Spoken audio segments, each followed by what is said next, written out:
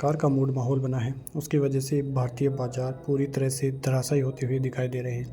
अब ये गिरावट कब तक चलेगी, ये तो कुछ कहानी अलग है, लेकिन लगातार हम यही बात कर रहे थे कि यदि बाजार 23,500 का लेवल से फिसलता है तो फिर बड़ी गिरावट देखने को मिलेगी। आज वैसा ही देखने को मिला। रिकवरी आती हुई दिखाई दी थी 11 बजे बाद, लेकिन वो रिकवरी ऊपर सस्टेन नहीं कर पाई।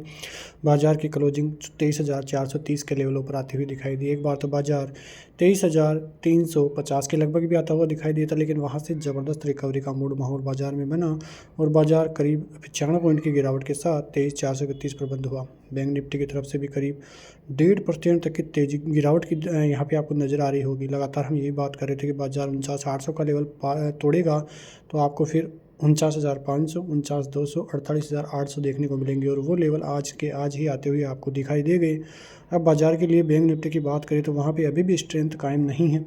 बाज़ार में और गिरावट हो सकती है और जिस प्रकार से बाज़ार लग भी रहा है और महा गिरावट आती हुई दिखाई दे सकती है। सेंसेक्स की बात करें तो वहाँ पे भी 241 पॉइंट की गिरावट आई, लेकिन सबसे चिंता का विषय बैंक निफ्टी की तरफ से ही देखने को मिल रहा था। बैंक निफ्टी में ज़बरदस्त तरीके से आज फिर से गिरावट देखने को मिली, जो दर्शाती है कि बैंकिंग सेक्टर में अभी भी ग्रोथ स्थिर नहीं है।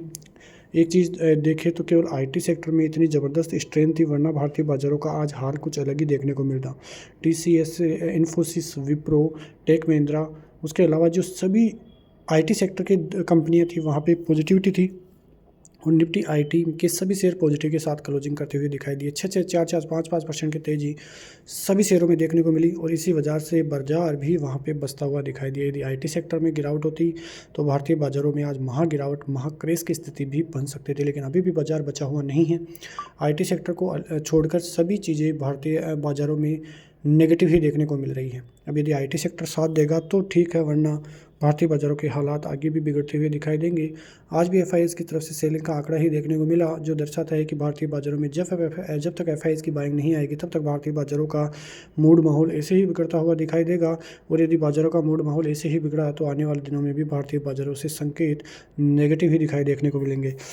कुल मिला के देखें तो भारतीय बाज़ारों में अभी भी रिकवरी मोड में नहीं है। सतर्क हो जाइए। बजट सेशन भी अब जल्द ही चालू होता हुआ नजर आएगा। प्री बजट रैलियाँ भी कई शेयरों में आती हुई दिखाई देगी, तो सभी चीज़ों पर आपकी नज़रें रहनी चाहिए और ऐसे ही भारतीय बाज़ारों में जो है अभी बचे रहिए। मौका मिलेगा जब बाजार 22,500 तक आता हुआ दिखाई देगा।